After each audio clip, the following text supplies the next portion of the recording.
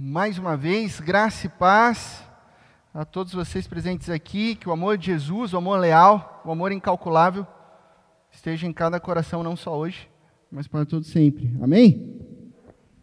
Hoje é o primeiro domingo pós-Natal. Nós celebramos todo o mês cheio de expectativas, né? Enfeitamos as nossas mesas, acendemos as velas em cada domingo do Advento, para que o nosso coração se preparasse, e eu espero que todos vocês eu espero, né, que vocês tivessem mesmo realmente um tempo ao redor da mesa com a família. Espero que isso tenha acontecido na noite de Natal, e que mais do que ver os amigos, mais do que se encontrar com a família, mais do que sorrir, lembrar, trazer à memória esperanças, muitas delas boas, muitas delas também difíceis.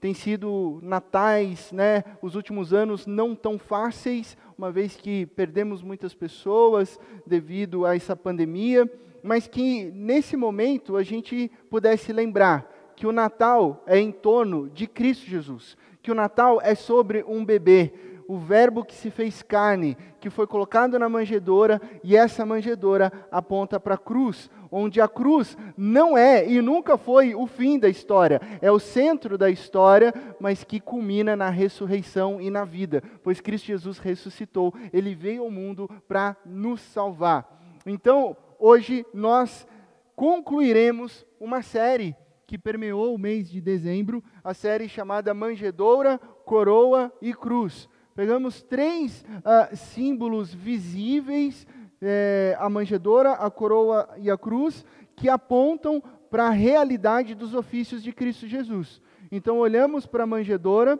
e lembramos da encarnação do profeta.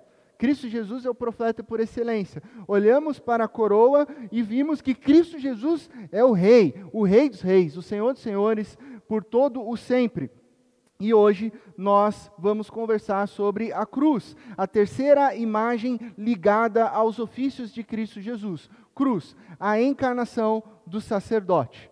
Eu quero convidar você a abrir a sua Bíblia no nosso texto base, e você vai perceber que ao longo dessas reflexões, essas reflexões estão disponíveis no nosso canal do YouTube, nós utilizamos os textos de Mateus, a narrativa bíblica encontrada no Evangelho de Mateus. Começamos lá no capítulo 1, hoje nós terminamos essa série em Mateus capítulo 2, verso 13 ao verso 23.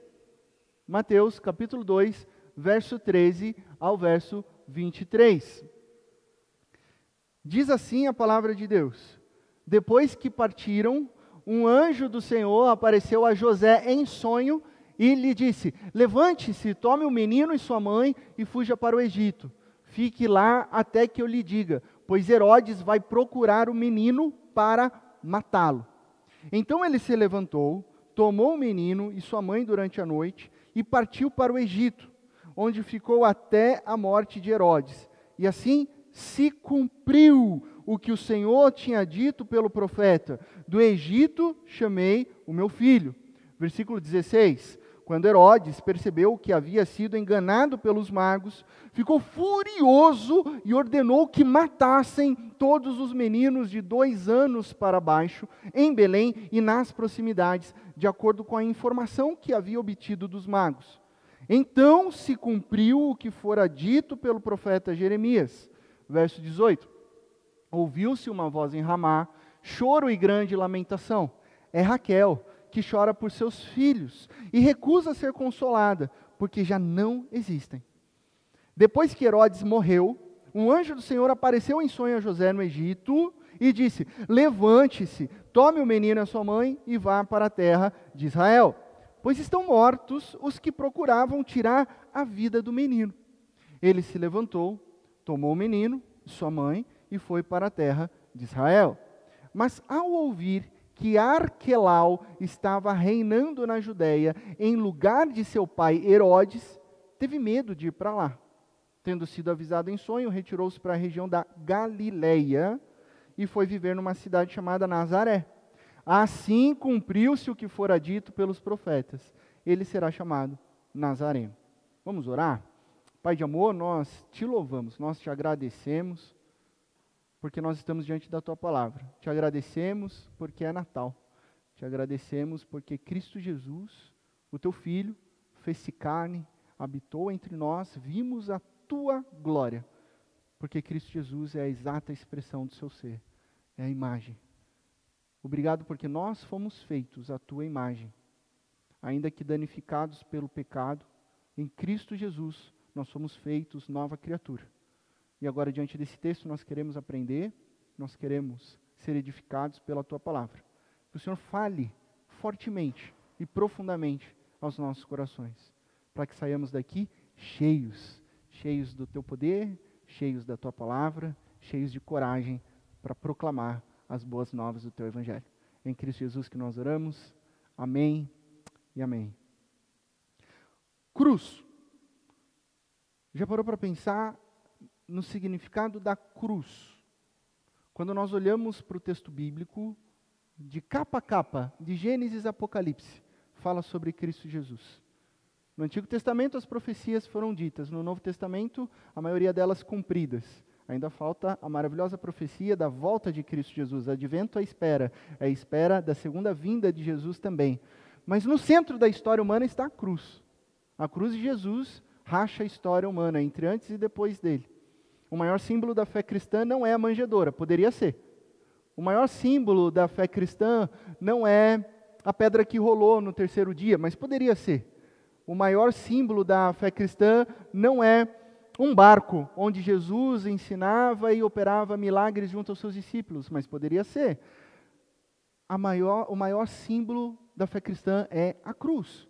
E a cruz é um instrumento controverso. Para nós, a cruz, ela é, digamos assim, fácil de compreender. Nós gostamos da cruz, nós temos colares com a cruz, nós temos camisetas com cruz. A nossa igreja tem uma cruz aqui e uma cruz aqui desse lado, para que as pessoas vejam e identifiquem que é uma igreja. Mas quando nós paramos para pensar no que significa cruz, cruz é um instrumento de morte. Cruz é um instrumento de sofrimento.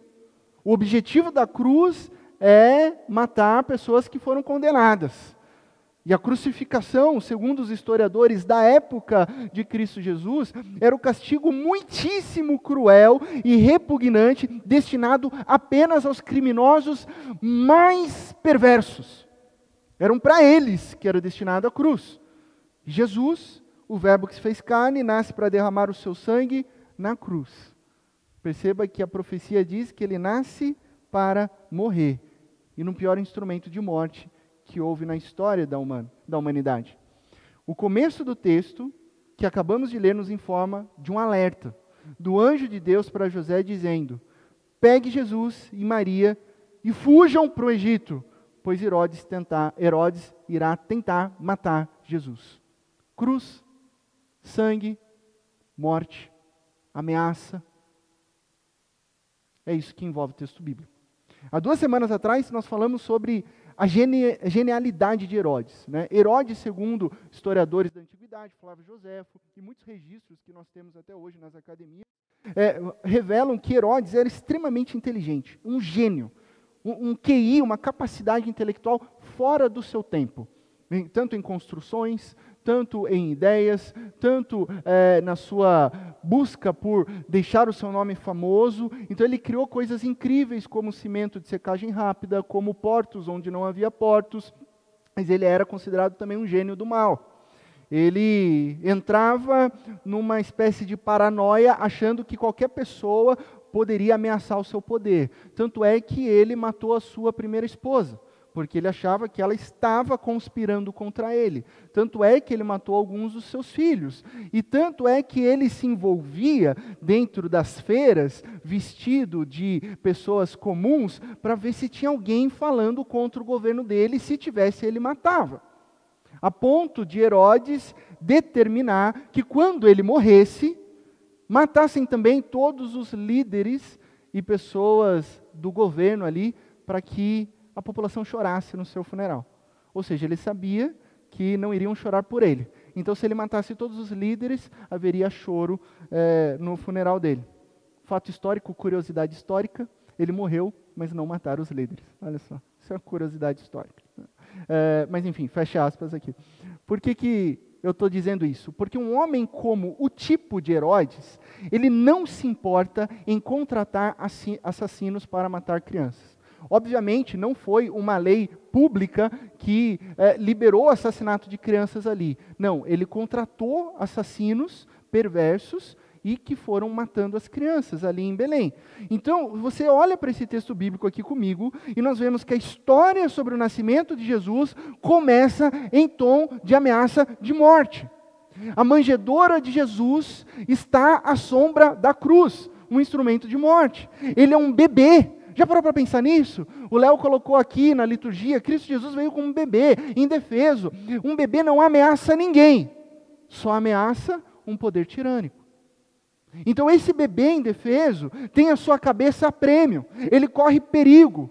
Esse bebê depende dos seus pais, não somente para se alimentar, para viver, mas para sobreviver. Eles precisam fugir. E o anjo avisa José. Uma referência aqui, mais uma ênfase na obediência de José. Mas olhando para Cristo, a humilhação de Cristo, o sofrimento de Cristo, a paixão de Cristo, não começa nas últimas semanas antes da cruz, começa no seu nascimento. A identificação de Jesus com o sofrimento humano acontece desde a encarnação. Então, um bebê que antes mesmo de aprender a falar, antes mesmo de aprender a andar, antes mesmo de aprender a se proteger, se vê numa situação tensa e dramática, insegurança, sem moradia. Jesus não tem onde morar, ele é um bebê. Ele é um bebê sem teto. É um bebê perseguido. É um bebê refugiado. Estamos refletindo, sobre a crise de refugiados lá na Europa. Há tempos, há anos estamos refletindo sobre isso. Cristo Jesus é um refugiado. Ele tem que ir para outro país, Egito. Não tem condições financeiras.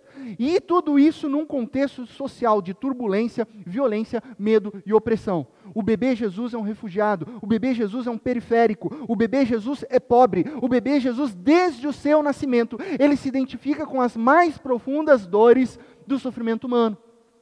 E quando olhamos para esse quadro, assustador, antes mesmo de pensarmos, que confusão é essa?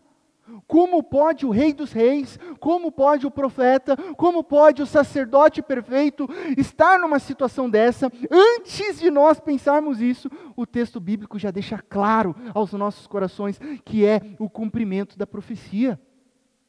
É o cumprimento da profecia, ou seja, é assim, é dessa maneira que o Redentor de Israel nasce, é assim que o Salvador vem, é assim que o Filho de Deus, o eterno prometido de Deus, é inserido na nossa história humana. Isso significa o quê? Que Deus está no governo. Está confuso? Há perseguição? Há ameaça? Há tom de morte? Há, mas Deus está no governo.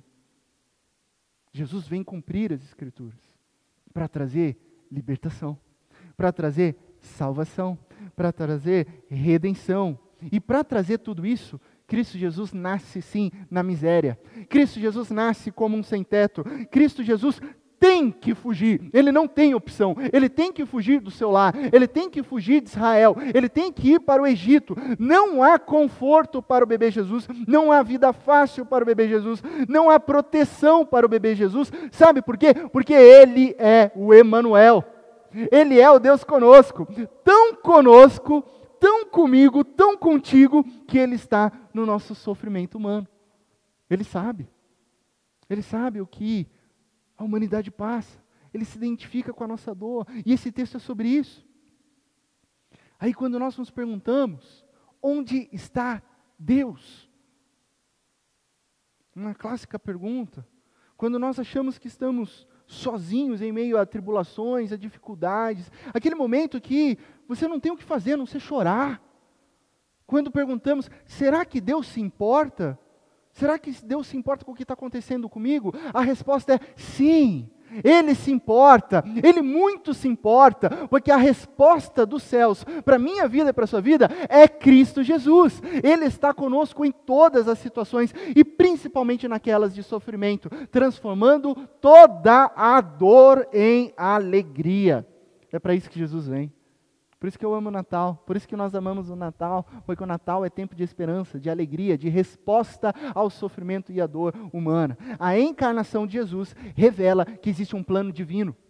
As coisas não estão nas mãos de Herodes, as coisas não estão nas mãos do reino deste mundo, as coisas estão nas mãos de Deus. Há um plano divino, a forte mão de Deus está sobre Cristo Jesus e, consequentemente, hoje a forte mão de Deus está sobre a sua vida. Está sobre a sua família, e você pode descansar, mesmo em meio à confusão, mesmo em meio à dor, mesmo em meio à ameaça. Não há o que temer. Ouça a voz de Deus, Ele está falando comigo e com você. Assim, quando eu e você nos deparamos com aflições, naquelas mais delicadas, mais difíceis, podemos e devemos ter a certeza de que Deus está presente no governo, que Ele nunca nos deixa e nada pode abalar os planos de Deus. Nada, nada. Então toda essa cena dramática do texto de Mateus capítulo 2, que acabamos de ler, do verso 13 ao 23, cumpre o plano de Deus. E talvez você tenha percebido que há uma ênfase no texto, e se cumpriu o que foi dito pelo Senhor através do profeta. E aí repete, e se cumpriu o que foi dito pelo profeta. E aí se repete, cumpriu aquilo que foi dito pelo profeta. 3 vezes nesse pequeno texto que nós lemos. E isso é importante, porque é o cumprimento das Escrituras. São 3 promessas neste texto bíblico. E a primeira promessa, a primeira citação, ela se encontra no versículo 15. Você que está com a Bíblia aberta, versículo 15, do Egito chamei o meu filho. Se cumpriu. Uma citação do Antigo Testamento, Oséias capítulo 11, verso 1. Lá atrás, Antigo Testamento, o povo de Israel, o povo de Deus, foi nomeado filho. Êxodo capítulo 4, filho. Israel é filho. Isaías, Israel é filho. Jeremias, Israel é filho. Oséias, Israel é filho. Filhos que foram escravos no Egito, mas que foram libertos pela poderosa mão de Deus, o nosso eterno Pai. Só que ao serem libertos, e você sabe a história, no tempo de deserto, no tempo de desafios, afinal a vida é cheia de desafios, afinal a vida é cheia de lutas, esse povo começou a murmurar, esse povo começou a reclamar, esse povo começou a ficar cheio de mimimi. E não adianta você pensar, olhar para o Antigo Testamento, mas eles eram assim, mimimi, como se a gente fosse melhor do que eles. Não, nós somos o povo de Israel, nós cometemos os mesmos equívocos, os mesmos erros, né? E eles começam a murmurar, cheios de ingratidão, a ponto de pecar contra Deus, porque eles abandonam Deus e começam a apoiar a confiança deles em falsos ídolos, dos mais diversos. Seja do bezerro de ouro, que aconteceu lá no Antigo Testamento, ou os vários bezerros de ouro que surgem nas bolsas de valores. Eu acho interessantíssimo isso que acontece, né? A gente vê bezerro de ouro por aí. Por quê? Porque o ser humano sempre quer um ídolo para colocar sua confiança. Nós evoluímos, nós não fazemos mais postes ídolos na casa de ninguém, não ficamos adorando as coisas, mas a idolatria hoje é sobre poder, é sobre dinheiro, é sobre sexo, é sobre essas coisas. Idolatria do mesmo jeito. Então esse povo de Israel fica ingrato e peca contra Deus. Só que agora, o próprio Filho de Deus, veja bem, Israel é filho, mas agora o Filho de Deus, Cristo Jesus, tem que se refugiar no Egito.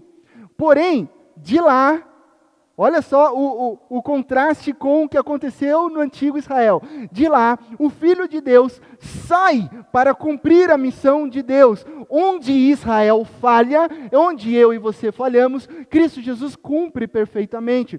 Jesus é o Israel que caminha pelas veredas da justiça. E o Evangelho de Mateus vai trabalhar isso ao longo dos Evangelhos. Fica aí a dica, o incentivo para você ler o Evangelho de Mateus nesses próximos dias. Jesus é o Israel que ensina, que cura sobre o poder de Deus. Jesus é o Israel que obedece. Quando nós não obedecemos, Ele obedece e promove a salvação. Onde nós falhamos, Cristo Jesus cumpre de maneira bem-sucedida.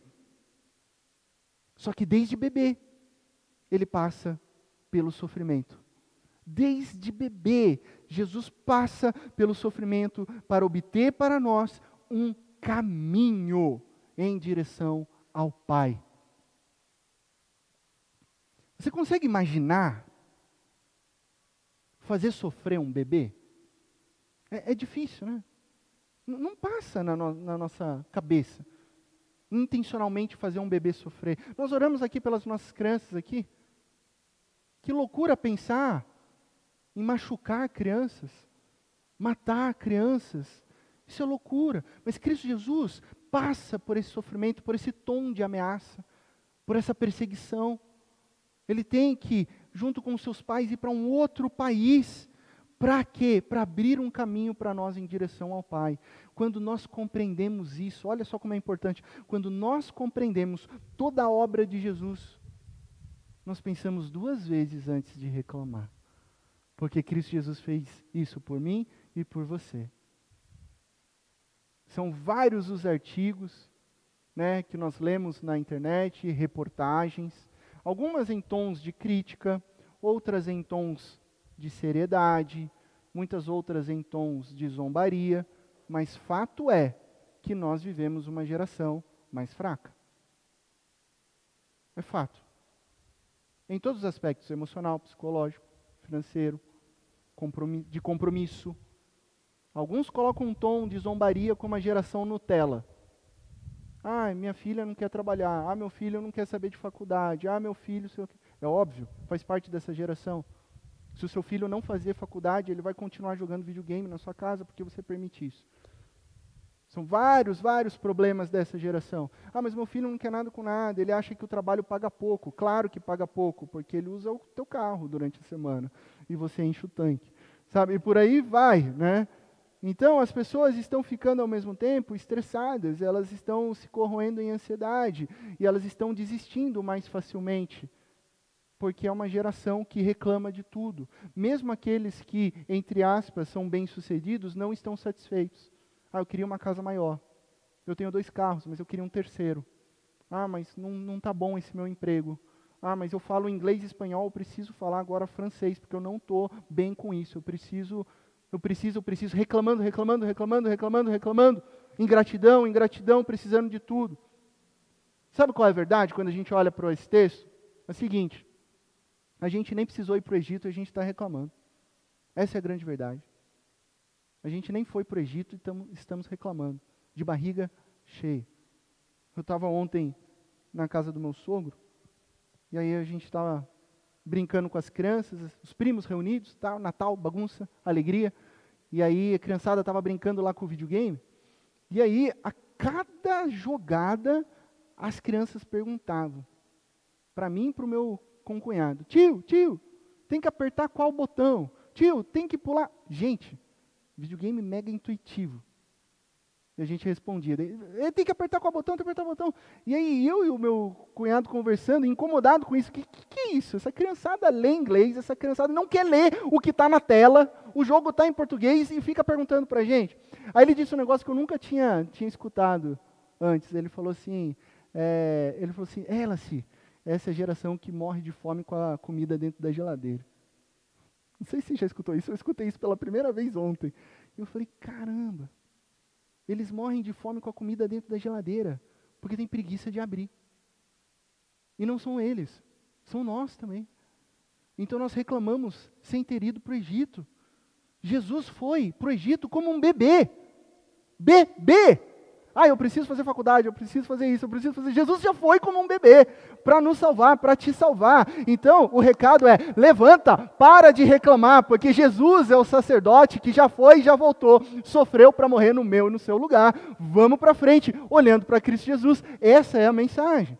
A segunda promessa cumprida, ela está no versículo 17. Olha só o que diz lá. Ouviu-se uma voz em Ramá, choro e grande lamentação. É Raquel que chora por seus filhos e recusa ser consolada, porque já não existem. Em meio à matança das crianças de Belém, promovida por Herodes, há muito choro. Há muita e grande lamentação. E é claro, gente, é um acontecimento terrível. A raiva perigosa, somada à maldade de Herodes, promove um genocídio de crianças recém-nascidas. É isso que o texto está dizendo. Não é fato novo na história, gente. Esse tipo de crueldade faz parte do pecado que envolve a humanidade. Há poucas décadas atrás, o nazismo dizimou crianças crianças.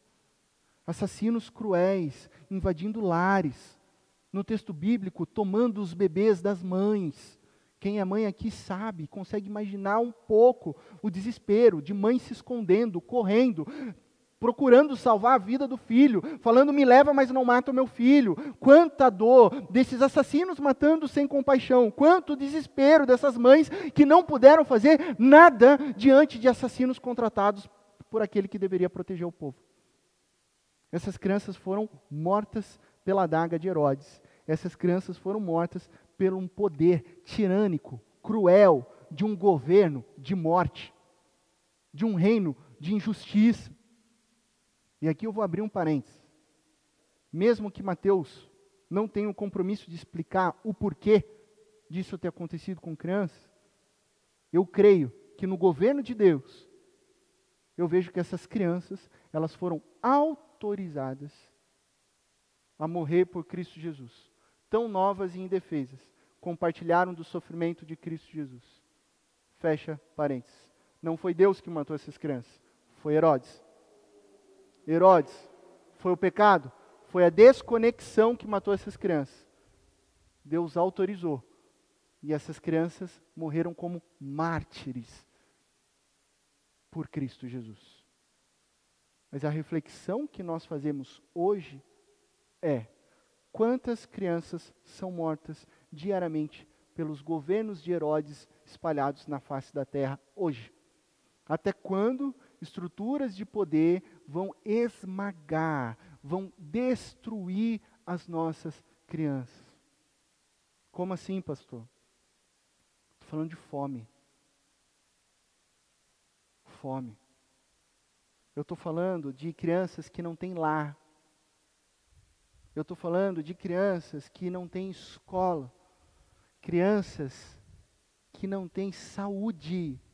Relatos de mães que, por não ter acesso a posto de saúde, não perderam um, não perderam dois, perderam 4, 5 filhos na primeira infância. Doença. Doença. Doença simples que não nos atinge, porque graças a Deus nós temos uma estrutura, mas que atinge a maioria da população brasileira. Estruturas de poder esmagando nossas crianças, matando as nossas crianças. Nós temos vários professores aqui na nossa comunidade, na nossa igreja, que fazem parte da rede de ensino. Eu conversei com alguns professores, eu lembro de ter uma conversa com a Tarsília, no auge da pandemia, sobre a crise, do fechamento das escolas. Em meio à pandemia, só que a crise tinha criança que ia lá para comer. Tem ou não tem, Tarsília? Para comer, por causa da merenda. Por causa da merenda. Então ela não podia ir para a escola. Mas ela queria ir para a escola, porque ela queria comer, porque em casa ela não tinha comida. Estruturas de poder. Tudo isso é um reino de morte, que vai totalmente contra o governo de Deus. Por isso há grande lamentação, não é pouca lamentação, é grande choro. E nós, como cristãos e cristãs, não podemos nos acostumar com os reinos de Herodes.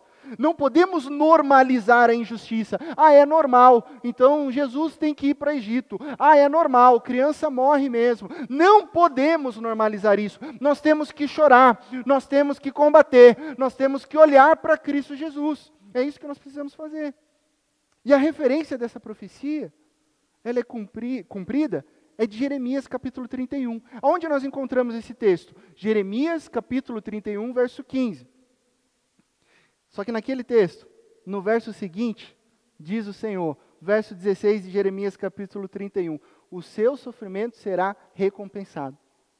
Não acaba no choro, o sofrimento será recompensado. Versículo 17, há esperança para o seu futuro, há esperança para as mães, há esperança para aqueles que estão enraizados em Cristo Jesus, há esperança para o futuro. Para Deus, nenhuma lágrima é desperdiçada. Muito embora rios de lágrimas sejam derramados, o Senhor promete o quê? Alegria. O sofrimento é recompensado. Isso na minha vida, isso na sua vida, é o que diz as Escrituras, pois os nossos sofrimentos, leves e momentâneos, eles estão produzindo o quê? Estão produzindo uma glória eterna que pesa muito mais do que eles. 2 Coríntios capítulo 4, verso 17. É a promessa de Deus para a minha vida, para a sua vida. O texto de 2 Coríntios 4 continua, por isso, não coloque os seus olhos aqui no que se pode ver, mas coloque os seus olhos na onde não se vê, porque o que se vê, ele é transitório, mas o que não se vê é eterno. Ou seja, para que você entenda essa glória eterna sobre a minha vida, a sua vida, olhe para Jesus. E o sofrimento daqui vai ficar pequeno, perto da glória eterna de Deus. Aí Tiago vai falar para mim e para você, primeiro capítulo, considere que passar por tribulação, considere que passar por dificuldade, considere passar por ameaça, por luta, como grande alegria. Aí você fala assim, como assim? Que loucura é essa? Olhar para o sofrimento e sorrir. Como diz os poetas arrais, né? Olhar a tristeza nos olhos e sorrir. Qual o segredo disso? Como que você olha para a tristeza? Como que você olha para as dificuldades e se alegra? Entendendo as promessas de Deus na minha vida e na sua vida. Nós não somos malucos. Nós cremos que o Senhor promete restauração. Nós cremos na palavra de Deus, lá no Salmo 126, que aqueles que semeiam, com lágrimas, aqueles que semeiam chorando, vão o quê? Colher com cantos de alegria. Eu acho maravilhoso esse texto, porque não é colher só com alegria. Imagina alguém semeando com choro. Está lá chorando, está semeando. Agora você imagina colher com alegria. Você está colhendo com alegria. Não é só colher com alegria. É colher com cantos de alegria. É colher cantando. É colher gritando. É colher externalizando a alegria que vem do Senhor. Porque o nosso Deus promete restauração. O nosso Deus promete vida. O Senhor diz a mim e a você nessa manhã, através da palavra de Deus, há esperança para o seu futuro. Eu não sei o que está passando na sua vida, eu não sei o que está passando no coração de algumas pessoas aqui, mas quando nós olhamos para Jesus, a palavra de Deus nos diz, há esperança para o seu futuro, em Cristo Jesus. Às vezes as coisas não acontecem da maneira que a gente planeja. Como isso é ruim, né? o plano desaba, você fica sem chão.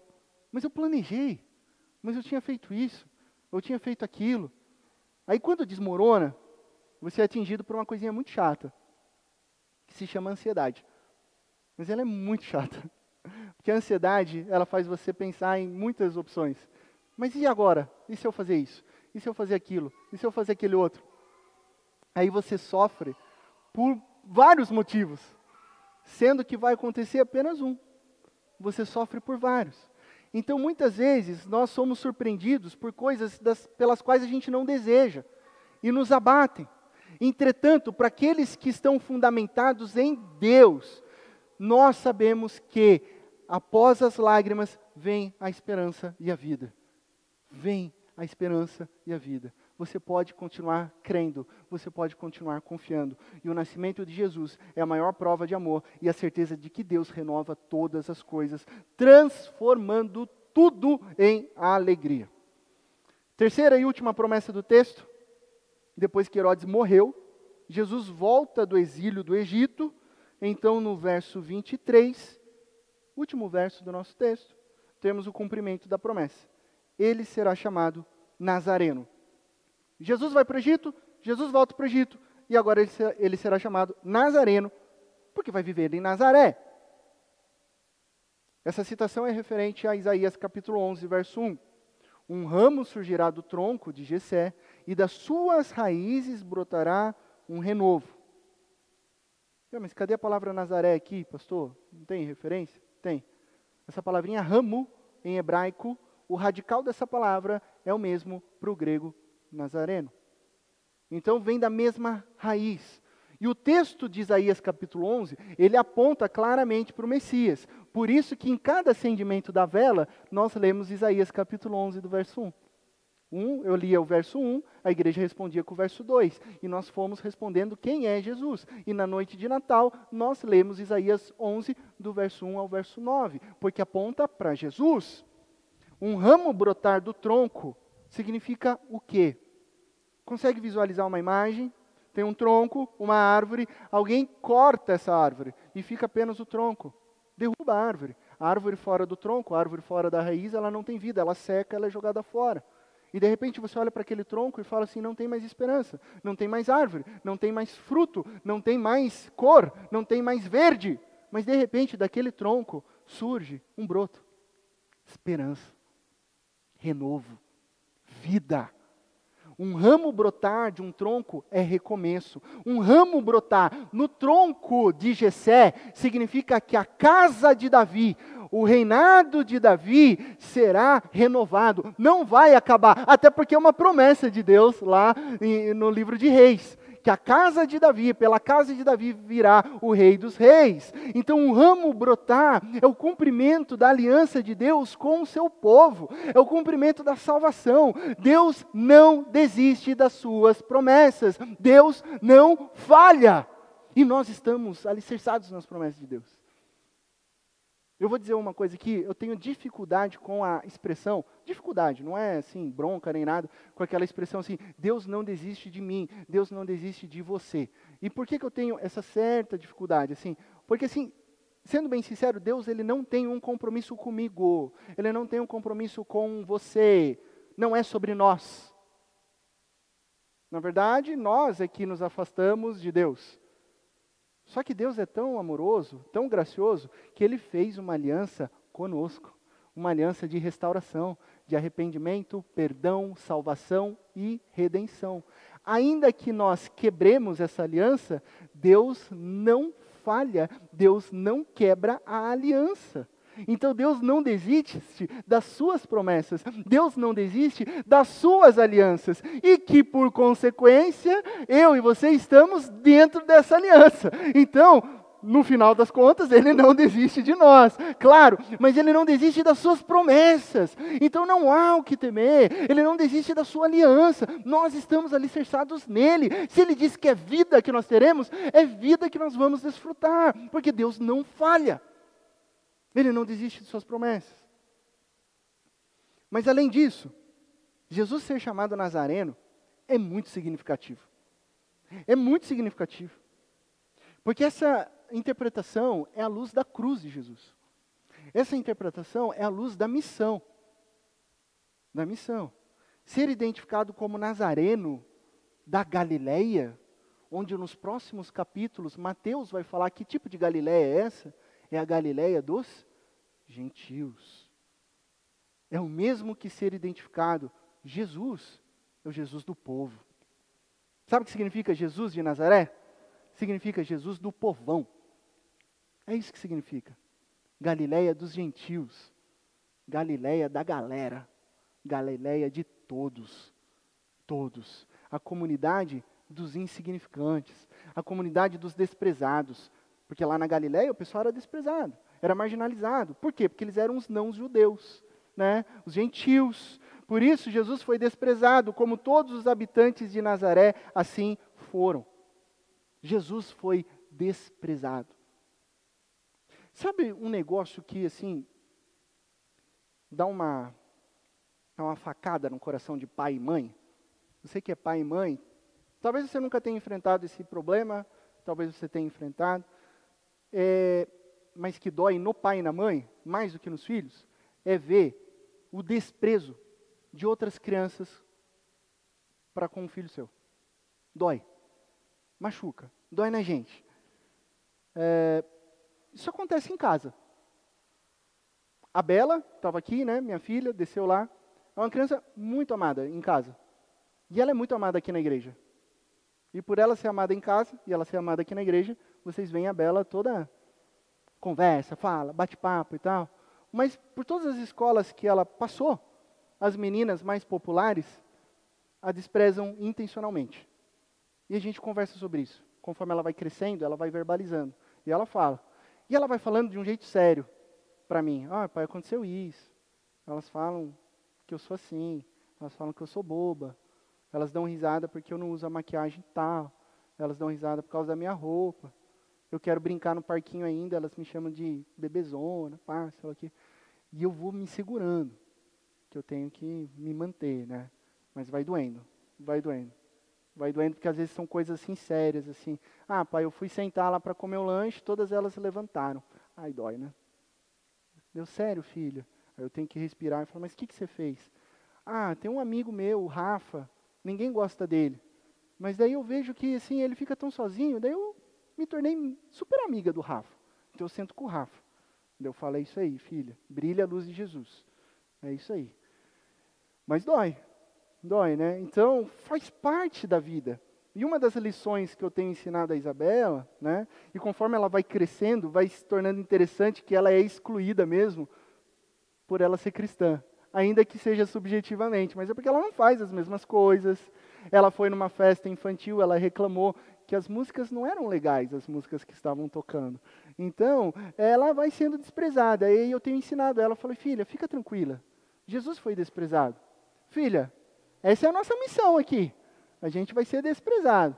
Mas você faz muito bem de acolher o Rafa, porque os meninos não brincam com ele. Então você tem que brilhar a luz de Jesus. Então, meus irmãos, certamente Jesus lá na primeira infância, na primeira escola, certamente ele fez a primeira escola até os 11 anos, porque era obrigatório para todos os meninos, ele foi desprezado, óbvio, porque ele era Jesus o Nazareno. Jesus é o Nazareno. E ele foi desprezado, Jesus era humilde. Não fique imaginando Jesus assim, brincando de esconde-esconde, desaparecendo só porque ele era Jesus. Ou fazendo ovelhinha voar, assim, né? Para ser o pop da turma. Não, ele não fez isso. Ele não fez isso. Ele inicia o ministério dele depois na vida adulta, tá? Ele poderia fazer isso, mas ele não fez. Ele foi desprezado por ser nazareno. Lá vem aquele Jesus. Ser bem sincero com você? Ser bem sincero com você? Crianças são perversas, né? Quando elas estão... Crianças são danificadas pelo pecado, assim como eu e você. Elas têm um nível de perversidade que às vezes a gente não acredita, né? Mas, sendo bem sincero com você, Jesus foi desprezado. Lá, o menino sem pai. Não há relato de José, né? Então ele pode ter perdido o pai ali naquela fase de infância pré-adolescente. Mas pior do que isso, aquele é Jesus. O pessoal fala que a mãe dele ficou grávida aí do Espírito Santo. Foi isso que ele escutou. Mulher sem honra, sua mãe não presta, Jesus. Provavelmente ele escutou isso. O anjo não apareceu para toda a cidade. O anjo apareceu só para José e só para Maria. Como manter uma história dessa? Jesus foi desprezado. E depois de adulto, ele ainda ouve: pode vir alguma coisa boa de Nazaré? Sério mesmo? Que esse mestre vem de Nazaré? De lá não vem nada. Então Jesus mantém esse título. Jesus não ignora esse título, Jesus de Nazaré, Jesus Nazareno, porque Jesus é humilde. Afinal, Jesus, o Nazareno, a luz da cruz, é o Senhor de todas as pessoas, dos judeus e dos gentios. Esse é o significado de ser chamado Nazareno, alcançar todas as pessoas, sem distinção de nacionalidade, sem distinção de classe social, sem distinção de educação, sem distinção de raça, sem nenhuma distinção. Jesus, ele alcança todos os povos, todas as tribos, todas as raças. O verdadeiro rei dos judeus é rei de todos os povos. E assim nós concluímos esse texto. Olhando agora para toda a tensão desse texto, né? O texto é tenso. Morte, genocídio de crianças, dor, sofrimento, Herodes, opressor. Depois de Herodes vem Arquelau, filho dele, doido igual o pai, tanto que depois de 10 anos é tirado o reino dele. Então Jesus não pode nem ficar na Judéia, tem que ir para a Galiléia. Quando a gente olha para tudo isso, é impossível a gente não se identificar. Porque nós vivemos num mundo de desconexão. Um mundo afetado pelo pecado. Só que existe algo que muda tudo. O que muda tudo? O nascimento de Jesus. Ele muda todas as coisas. Ele transforma tudo. Um bebê refugiado sem teto em direção à cruz. Para promover justiça, para promover salvação, para promover resgate, para promover redenção. O nascimento de Cristo Jesus é sobre salvação a todas as pessoas. A todas as pessoas. E esse é o ofício sacerdotal de Jesus. Estar perto, estar presente, inclusive na dor, porque Ele é o Deus conosco. Então são 3 ofícios de Jesus que nós conversamos aqui. Profeta, aquele que traz a palavra de Deus. Por que Jesus é mais do que um profeta? Por que Jesus é o profeta perfeito? Porque Ele é a palavra de Deus. Ele não somente traz, ele é a própria palavra de Deus. Jesus é um rei. E por que um rei por excelência? Porque Jesus reina sobre todas as coisas, todas. E o seu maior triunfo foi vencer a morte, foi vencer o pecado. Ele reina para aqueles que se colocam debaixo do seu governo nesse momento. Mas quando ele voltar, o seu reinado vai se expandir totalmente e completamente sobre todas as coisas. E ele é sacerdote, aquele que é responsável pelo sacrifício e intercessão. Na cruz, Jesus se oferece como sacrifício perfeito, e hoje ele intercede por nós. Jesus é o único caminho verdadeiro e vivo para o Pai. Ele é o sacerdote perfeito. Para redimir os seres humanos, Jesus precisou ir para uma cruz. Por isso a manjedoura, ela já aponta para a cruz. Ela sempre apontou para a cruz. Isso é graça. Jesus nos acolhendo e nos inserindo em seu reino de amor. O que antes no Antigo Testamento, Deus havia manifestado a sua graça por meio de sacrifícios de animais, o sangue derramado que nos purificava, mas não completamente, porque não era perfeito, e já no Antigo Testamento apontava para a perfeição em Cristo Jesus.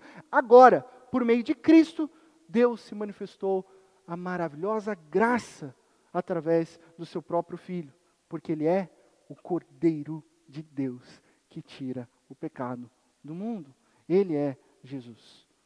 Eu quero terminar citando Hebreus capítulo 2, verso 17, que diz o seguinte: por essa razão, era necessário que ele se tornasse semelhante a seus irmãos em todos os aspectos. Jesus se torna humano, semelhante a nós.